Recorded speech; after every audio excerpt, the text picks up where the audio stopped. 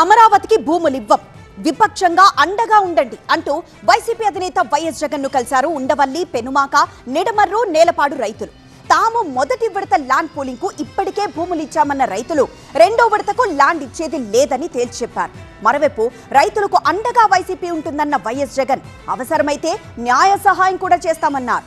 రాజధాని పేరుతో చంద్రబాబు స్కామ్ చేస్తున్నారని ఆరోపించారు జగన్.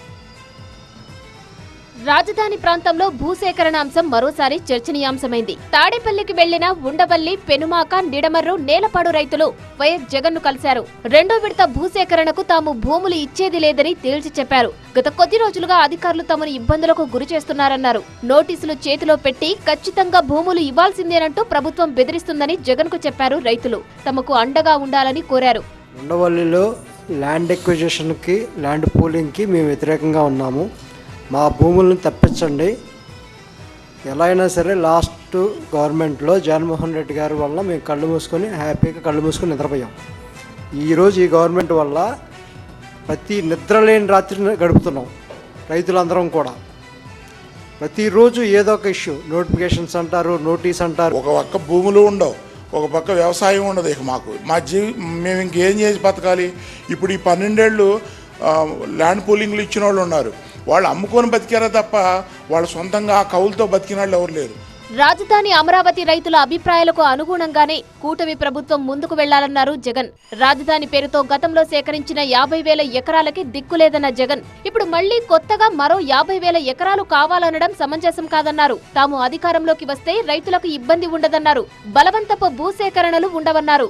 మనం వచ్చిన తర్వాత రైతులకు ఏదైతే కావాలో దాని ప్రకారమే మనం పోతాం తప్ప బలవంతపు భూసేకరణ అనేది చేసే అవకాశమే లేదు. దాని గురించి సమస్య లేదు. మీ కేసులకు సంబంధించి కూడా వైఎస్ఆర్సీపీ తరఫున లీగల్ ఎయిడ్ కూడా సపోర్ట్ చేస్తాం. రాజధాని పేరుతో టీడీపీ స్కామ్ చేస్తుందన్నారు వైఎస్ జగన్.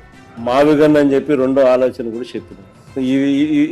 ఈ పద్ధతి ప్రకారం పోతే అసలు ఏ రాజధాని రాష్ట్రానికి ఇప్పుడు కాదు, ఇంకో 30 ఏళ్ళ తర్వాత కూడా రాజధాని ఈ రాష్ట్రానికి రాజధాని లేకుండానే ఉంటుంది తప్ప రాజధాని అనేది ఉండదు.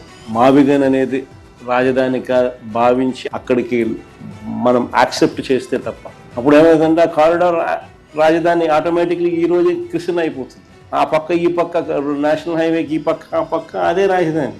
రాజధాని అంటే ఏందనేది వీళ్ళకి ఫస్ట్ అర్థం కావడం. ఆడ ఎయిర్పోర్ట్ కడతానంటాడు, ఇటు ఉంది కదా స్వామి ఎయిర్పోర్ట్. రాజధాని అంటే జీరో నుంచి మొదలు పెట్టాలన్న ఆలోచనే తప్పన్నారు వైఎస్ జగన్. ఇది కారిడార్ను ఊరికి రాజధాని కింద డిక్లేర్ చేస్తే చాలు, ఆటోమేటిక్లీ ఇది పెరిగిపోతుంది.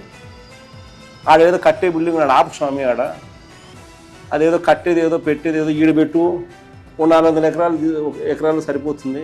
మావిగన్ను గ్రోత్ కారిడార్ గా ప్రకటిస్తే ఆంధ్రప్రదేశ్ అభివృద్ధి పరుగులు తీస్తుందన్నారు జగన్. అమరావతి రైతులకు వైసీపీ అండగా ఉంటుందన్నారు ఆయన.